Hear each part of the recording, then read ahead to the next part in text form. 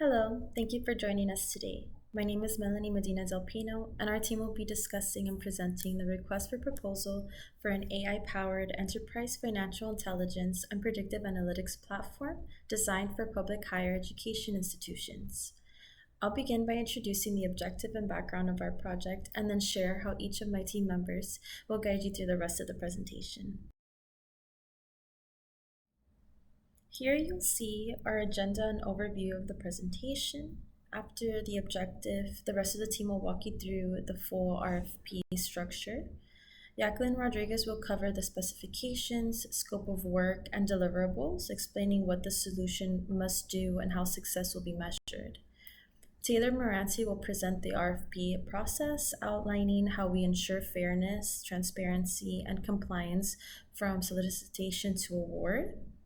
Briana Knowles will walk through the process timeline, showing how the project moves from planning to implementation and long-term support.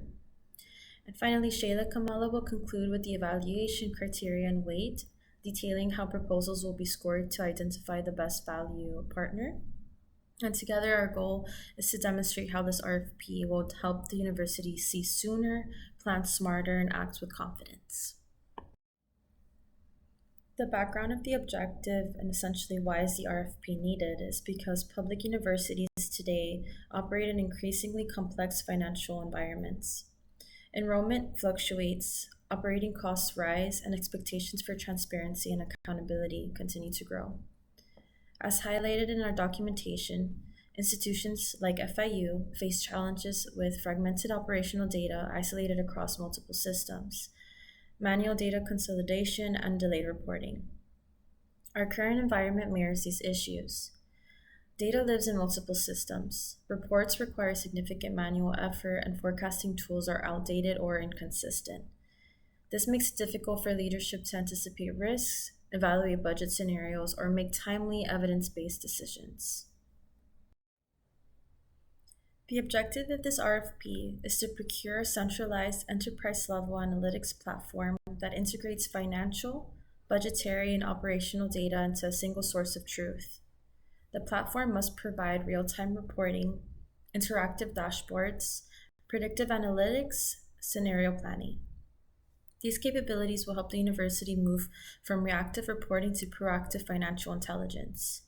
Instead of looking backward at historical trends, leadership will be able to model future scenarios, identify risks early, and plan strategically. This approach aligns with best practices in public procurement described by Tai in 2004 and Brown et al. In 2008, emphasizing transparency, accountability, and improved outcomes through structured, competitive acquisition processes.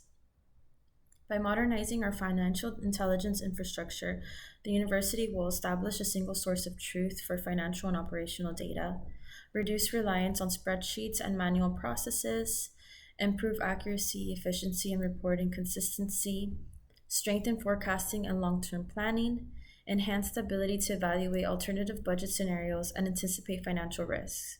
Ultimately, this platform supports institutional stewardship and positions the university to make smarter, faster, and more transparent decisions. Finally, this RFP is not just about acquiring software. It is about establishing a long-term partnership with a qualified vendor who will support implementation, training, ongoing maintenance, and continuous improvement.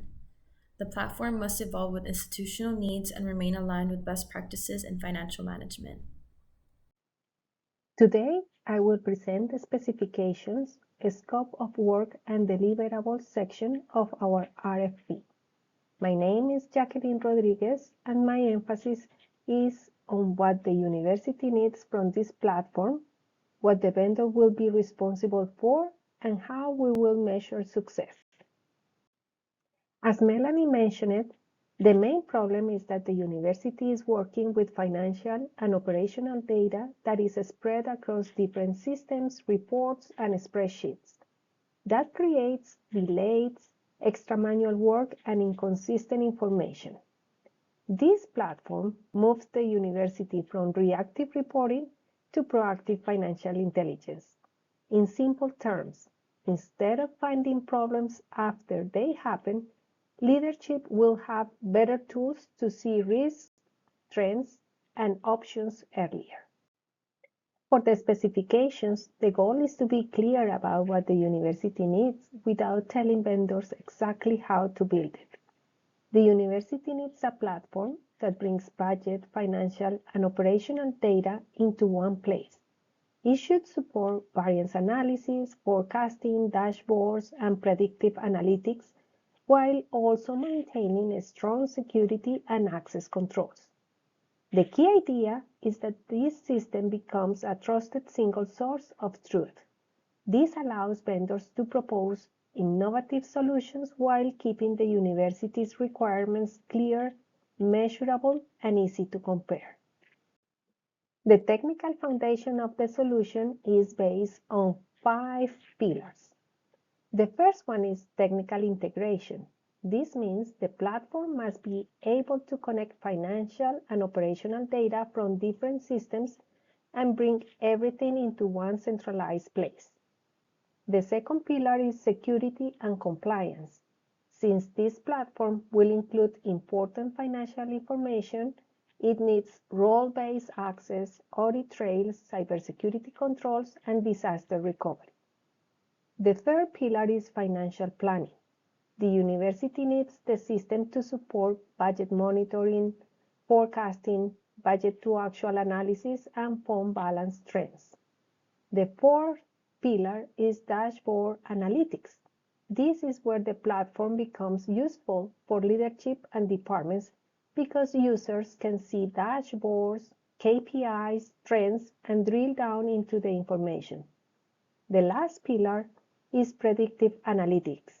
This is important because it uses data to identify patterns, create scenarios, and help forecast what may happen next.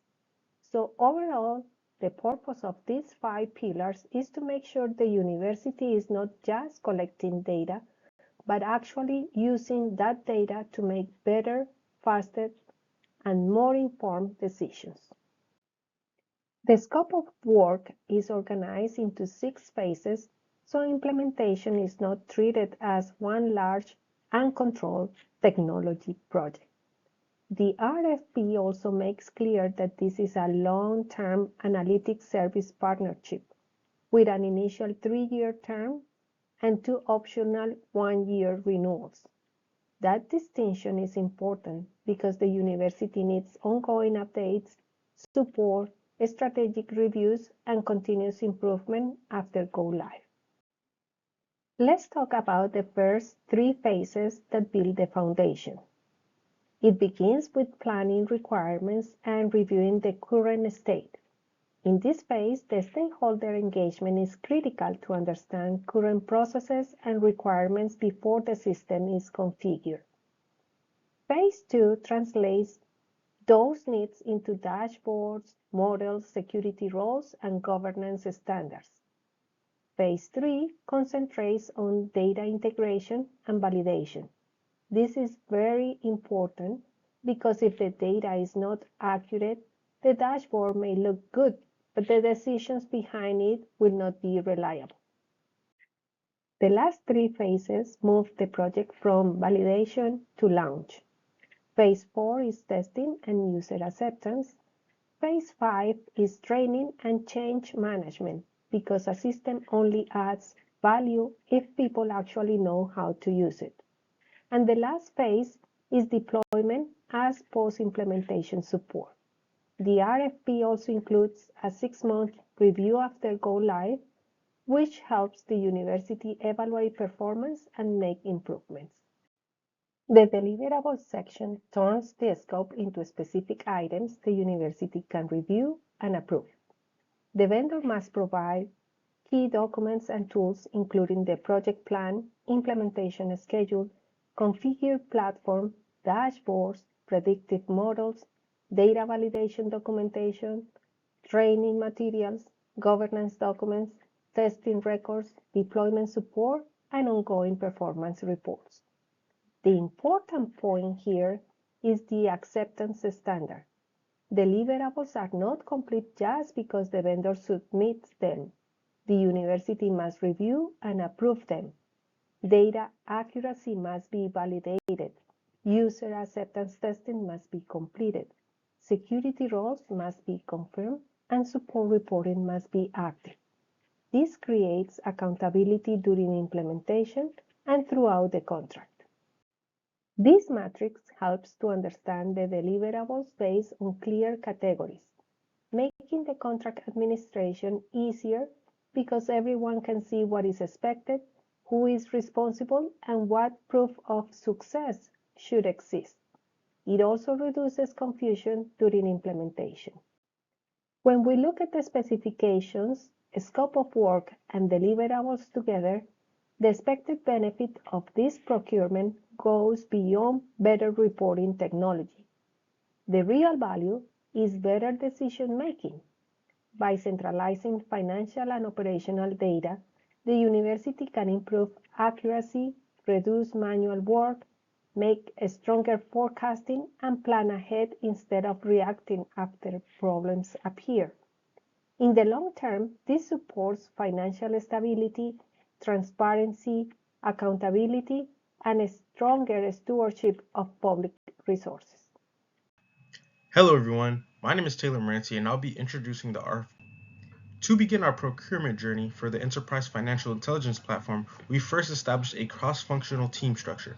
No single department can tackle this alone. We require a collaborative effort to ensure that the platform meets our diverse institutional needs. We have assigned specific oversight roles to 5 key groups. Procurement, which manages policy compliance and serves as the sole vendor contact. Financial services, which defines our budgeting and forecasting requirements. Informational technology, or IT, which ensures that the platform fits our existing infrastructure and security protocols. Next, we have institutional research, which identifies our KPI and data analytics needs. And lastly, we have executive leadership, who provide the final validation of our project objectives and initiatives. Transparency and fairness are the pillars of our communication strategy. Once the RFP is publicly released, we funnel all communications through the procurement office. This is not just a procedural step, it is a strict tool to protect the integrity of the process. Vendors are prohibited from side-channel communications with other departments. All technical or administrative inquiries must be submitted in writing. We then distribute responses to these questions equally to all prospective vendors via formal written addenda on our procurement website, ensuring a level playing field for everyone that's involved. A critical step before the submission deadline is the pre-proposal conference. This live meeting, often held via Zoom, allows us to provide contextual clarification on our project objectives and operational needs. However, there is a vital legal distinction to remember. Information shared verbally during this conference is non-binding. Only formal written addenda posted to the procurement website serves as official binding modifications to the RFP. Under our vendor accountability rule, it is the strict responsibility of the vendor to monitor these updates, and failure to acknowledge an addendum can result in a proposal being disqualified as non-responsive. To be considered for evaluation, vendors must submit a comprehensive proposal that touches on 8 essential components. These include an executive summary of their vision, a deep dive into technical specifications, including AI and data governance, and a detailed implementation and staffing plan. We also require proof of vendor qualifications and experience in higher education, a transparent cost proposal that separates one-time and recurring fees, and solid references. Finally, vendors must disclose any subcontractors or exceptions to our requirements. Any proposal missing these mandatory elements may be deemed non-responsive and excluded from the solicitation process. Our evaluation process moves beyond looking at the lowest price. We are seeking the best overall value. The evaluation committee, comprising members from all our cross-functional teams, conducts an independent and then collective review. We start by verifying mandatory requirements, followed by a comprehensive technical assessment of vendors' capabilities and experience. This phase may include reference checks, oral presentations, or software demonstrations. By evaluating technical merit, implementation strategy, and long-term support alongside cost, we maximize our chances of a successful long-term partnership that supports the university's strategic financial goals. Greetings, my name is Briana, and I'm going to discuss the acquisition lifecycle, our process timeline for our new enterprise financial intelligence and predictive analytics platform. Our primary driver is overcoming fragmented reporting systems that currently hinder data-driven decision-making across the university. The timeline will consist of 5 phases. The goal is to replace these silos with a unified AI-driven forecasting system aligned with our strategic mission. Phase 1 establishes the strategic foundation and cross-functional alignment. To ensure success, we have assembled a cross-functional acquisition team, which includes procurement, financial, technical, and legal experts to draft the statement of work. Before the formal request, we conducted research through a request for information to understand the current commercial availability of AI-driven forecasting. Once we have officially secured budget approval, we can move forward into the formal solicitation phase. Phase 2 will begin a tightly controlled 18-day public solicitation sprint. The formal request for proposal is scheduled for public release on June 30th, 2026. We are committed to a transparent process. A pre-proposal Zoom conference will be held on July 8th to clarify specifications for potential vendors. All inquiries will receive a formal follow-up by July 12th to ensure all bidders have equal information before the July 18th submission deadline. In Phase 3, we're going to leverage a best value evaluation methodology over a 4-week period. Our evaluation team will focus on best value rather than just the low price. Criteria are weighted toward AI capabilities, forecasting models, and ease of use. Following independent scoring, we will invite top vendors for software demonstrations with best and final offers due by August 8, 2026. Phase 4, we're going to focus on enforcing strict governance through sequential approval gates. Negotiation with the top-ranked vendors will conclude by August 12, 2026, covering final costs, delivery dates, and liabilities. The contract will undergo rigorous legal and cybersecurity reviews to ensure it meets public governance standards. We will announce the final selection on August 17, 2026, and provide debriefings to unsuccessful vendors to maintain a competitive and fair environment. For Phase 5, we are adopting a continuous customer journey approach to mitigate risk. A formal notice to proceed will be issued on August 21st, with the pilot program beginning August 24, 2026. This phase focuses on high-impact units, establishing bidirectional data feeds, and conducting architectural workshops to define our forecast methodology.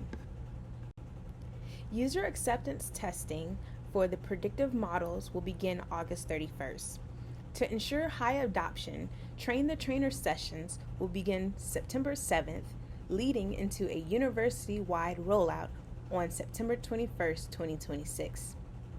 The system will be fully launched by September 30th, 2026. We have a 5-year system health life cycle.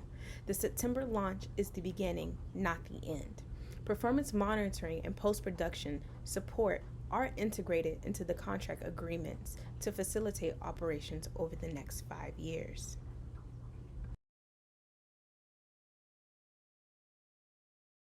All right, my name is Sheila Khamala, and I will be taking us through the evaluation criteria and weight. The university will use the best value evaluation approach by focusing on the overall value and not necessarily the lowest price of a proposal. So the evaluation committee will include members from the university's procurement, IT, finance, and administration departments. At the same time, the vendors meeting the RFP requirements will proceed to full evaluation, and at this point, the university may request interviews, demonstrations, and best and final offer. Then the final recommendation will be submitted to the procurement department. This is the criteria with which the committee will use to select the most suitable proposal, with looking at the technical solution and requirements with a weight of 30%, vendors' experience with a weight of 20%, implementation strategy having 15%, cost of proposal at 20%, maintenance resources at 10%, and references at 5%. Now, the technical solution criteria will be used to assess the functional and technical fit of the proposed solution. Additionally, specific consideration will be made in innovation beyond minimum requirements, usability, and risk reduction. The vendor experience will be assessed by analyzing the vendor's expertise and intelligence in working with higher education or public sector agencies. This will be done by checking their financial stability and certifications, and also their qualified personnel and successful project history. Implementation strategy will be assessed based on the proposal's quality. Now, this includes checking for factors such as project planning, governance, testing protocols, data migration strategies, and implementation timeline. Now, the cost of proposal will be analyzed based on the total cost of ownership for the 5 years. This will be done through factors such as software licensing, implementation costs, technical support, subscription renewals, expenses, and upgrade costs. Maintenance criteria reviews vendors' ability to maintain training and technical support, cybersecurity developments, and continuous improvement. So this means that considerations will be made based on vendors' proactiveness in services and platform development during the contract phase. Now, references is a criteria that plays a major role in this process, as it will be used to assess previous project performance, client satisfaction, timely delivery, and contract compliance.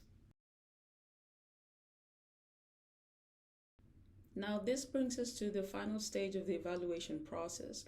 Based on the weighted scores, the highest ranked proposal will be determined by the committee, with which they will then submit their recommendation to the procurement office.